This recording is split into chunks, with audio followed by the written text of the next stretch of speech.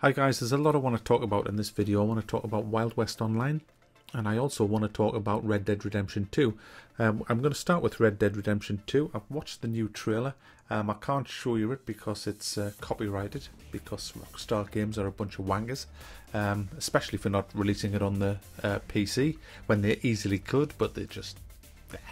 Anyway, I've watched the new video and I think it looks great. It's all cinematics though, which is, you know, making me not get too excited.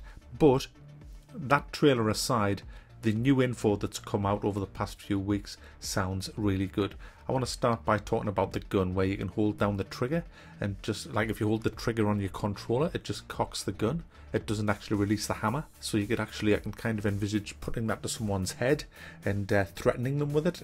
Then if you release the trigger, it drops the hammer and fires the bullet. I think that's a great addition to the game. Also as well, you can like feather the hammer, and you know, like when you hold the gun with, say, your left hand and feather the hammer with your right hand and like quick fire bullets, you can do that. I don't know how you would do that. I think you just spam the trigger with your like on your controller to get that effect, but it's still going to look great when you're like outgunned and you just want to do a quick Clint impersonation. Can't wait for that. You can also rob stuff, like rob stagecoaches and banks. Now I don't know if that has to be a mission or whether you can just say, hey, let's go and do that. And you can also get a gang together to do that. So that again sounds like a really good bit of gameplay put in. Also as well, I like the way you can bond with your horse now. Before you couldn't have any bond with your horse. It was just simply if you wanted to carry more stuff, you had to get a bigger saddle. But now you can bond with your horse. The longer you keep your horse, the longer you ride your horse. And as you bond, as you build that bond with your horse, it becomes less fearful of explosions and gunshots and allows you to carry more stuff on it, which is realistic and great. And that's another great add-on to the game. Also, the game world is huge. It's actually the biggest game world Rockstar have ever made. So it's going to be huge, guys. And it's all handcrafted with wildlife everywhere, towns, villages. There's even events going on as well. But the coolest thing is, buildings actually get built in real time. So you might be driving along and you might see a guy building a fence. Then if you go back a few weeks later, you might have a fence built in the foundations of a house. Then if you go back later still, you might have a whole ranch built. I mean, the map actually evolves and changes as you play the game.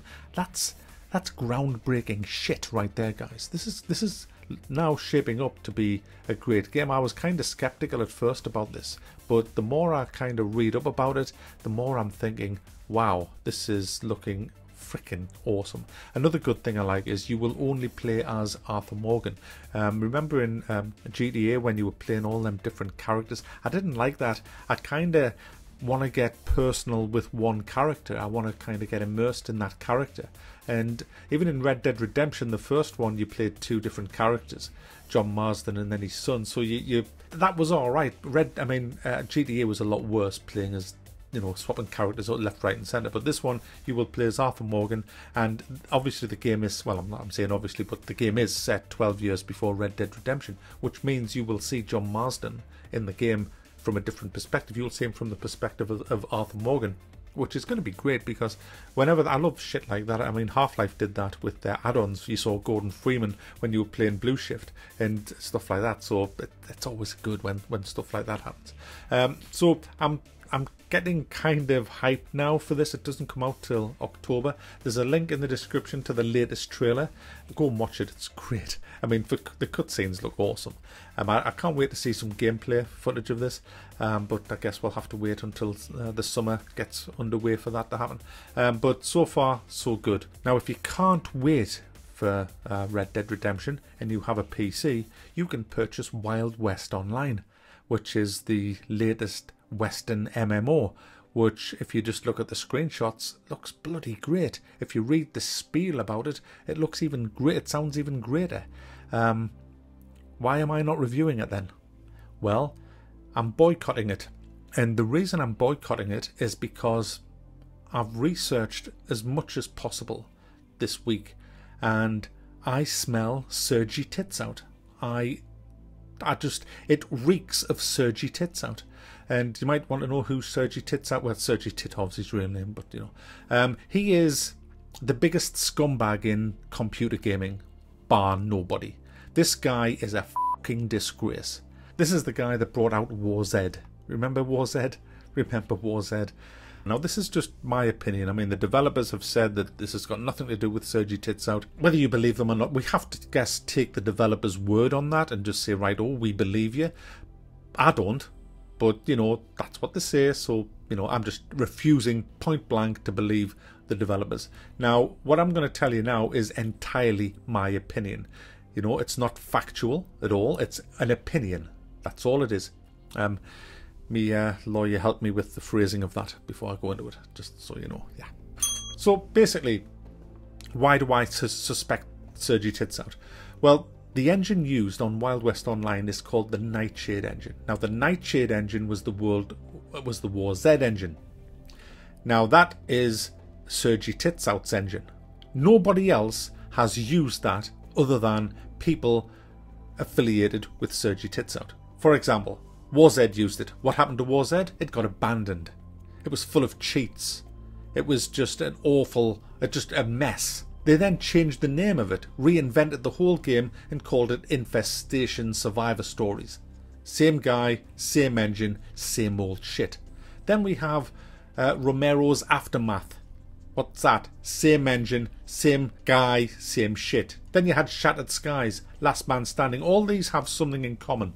Sergi Tits Out's hands was all over this in the background. Denied by a lot of people, but in my opinion, he was behind all of these games. All these games have lots more in common. They all got abandoned. All these games were full of hackers. All these games used the same engine, the Nightshade engine. Then you've got to look at another thing that they all have in common. Wild West Online is filed as trademark by Stephen Burkow. Now, who is Stephen Burkow? Well, he's the man that filed the trademarks for Nether, Infestation, Shattered Skies, Last Man Standing. Guess who he is? He's Sergi Tits Out's lawyer. Coincidence? I think not. All the fingers are pointing in one direction for this game. They're all pointing in the same direction. Sergi Tits Out. That's the direction that the fingers are pointing. Something else. The same toolkit that is used for making the Wild West website is the same used for other games from Sergi Titov. I mean, even like a website, it's got even the fucking website has his fingerprints on it. It's, you know, you don't have to dig that deep. I'm not some kind of super researcher. I did like a couple of hours and I've uncovered all of this. Another thing with the developers, who is actually developing this game? Is it DJ2 Entertainment or is it 612 Games, or are they both got their hands in it? It's all a muddy, muddled mess. It's just not clear at all.